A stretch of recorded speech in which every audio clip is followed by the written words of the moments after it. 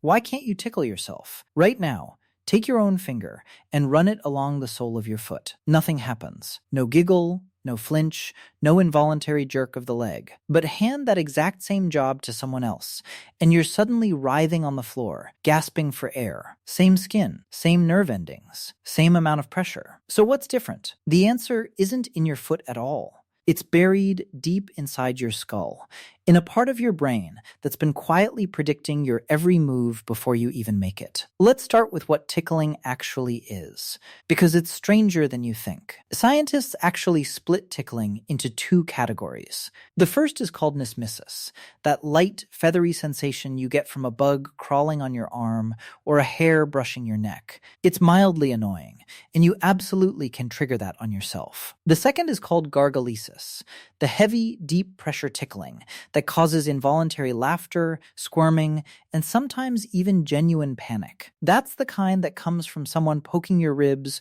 or grabbing your sides. And it's this second kind, gargalesis, that you can basically never produce on your own. Here's the first big misconception to clear up. People assume ticklishness is simple, just nerves reacting to touch, like a reflex such as your knee jerking when a doctor taps it.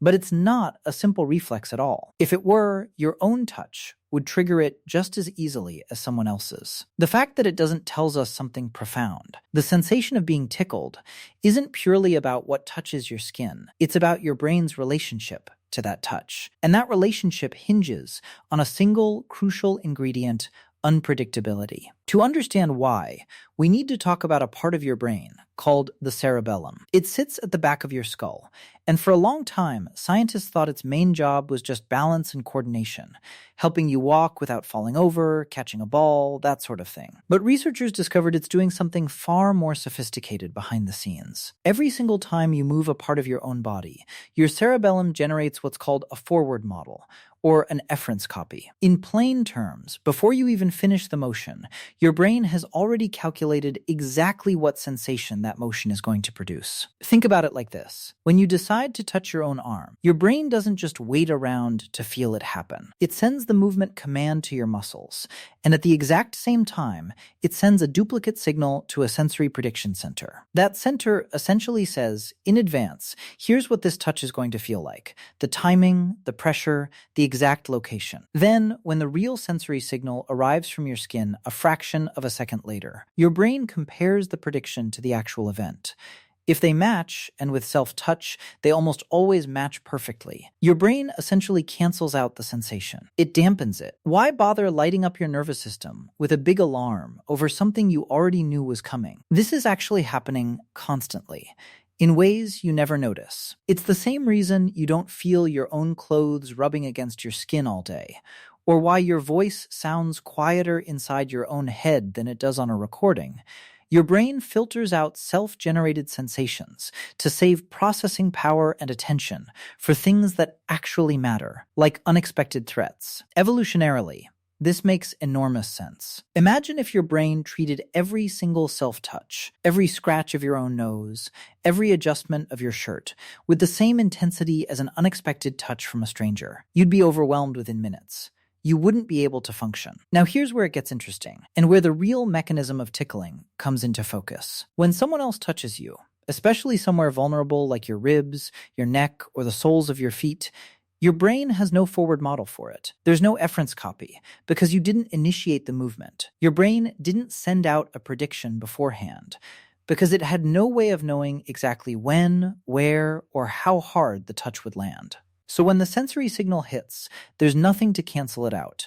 It arrives at full, raw intensity. And your brain, especially in regions like the somatosensory cortex and the anterior cingulate cortex, doesn't just register it as touch. It registers it as touch plus surprise plus, often a mild sense of vulnerability or threat. That combination, sudden, unpredictable stimulation on a part of the body that's biologically sensitive, like the neck or the belly or the ribs, right near vital organs, triggers a cascade. Your body doesn't fully know whether to laugh, flinch, or flee. Some researchers have even connected the ticklish laugh to a kind of defensive reflex, an ancient signal that may have originally helped infants and even other primates learn to protect vulnerable areas, or signal submission and social bonding during play. That's part of why chimpanzees chimpanzees and gorillas display tickle-like laughing responses too. It's not just a human quirk.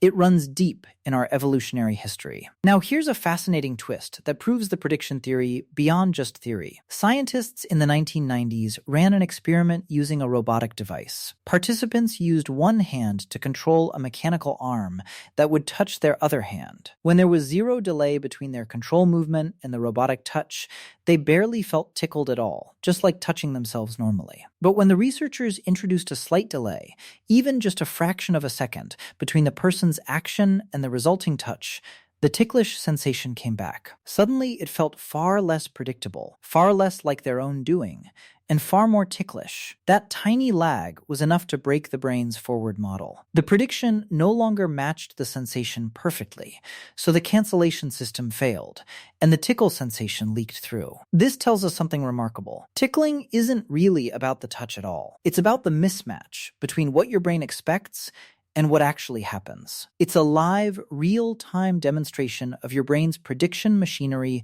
malfunctioning in a very specific, controlled way. There's also a deeply social layer to all this that's worth sitting with. Tickling almost never happens between strangers. Think about who tickles you in your life.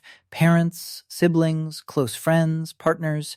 It's an act that requires a baseline of trust, because being tickled means surrendering control, becoming briefly vulnerable to another person's unpredictable actions on sensitive parts of your body. Some scientists believe this is exactly why tickling evolved as a bonding behavior in humans and other primates, especially between parents and infants. The laughter it produces, even though it's sometimes accompanied by genuine distress signals, reinforces social closeness. It's play that simulates a small threat in a completely safe context, and your nervous system gets a workout in trust and connection at the same time. And this explains why being tickled by someone you don't like, or someone who won't stop even after you've asked them to, feels awful rather than fun. The pleasant version of tickling depends entirely on context and consent. Strip that away, and you're left with just the raw, unpredictable overstimulation, minus the social safety net that makes it enjoyable. That's why extended, forced tickling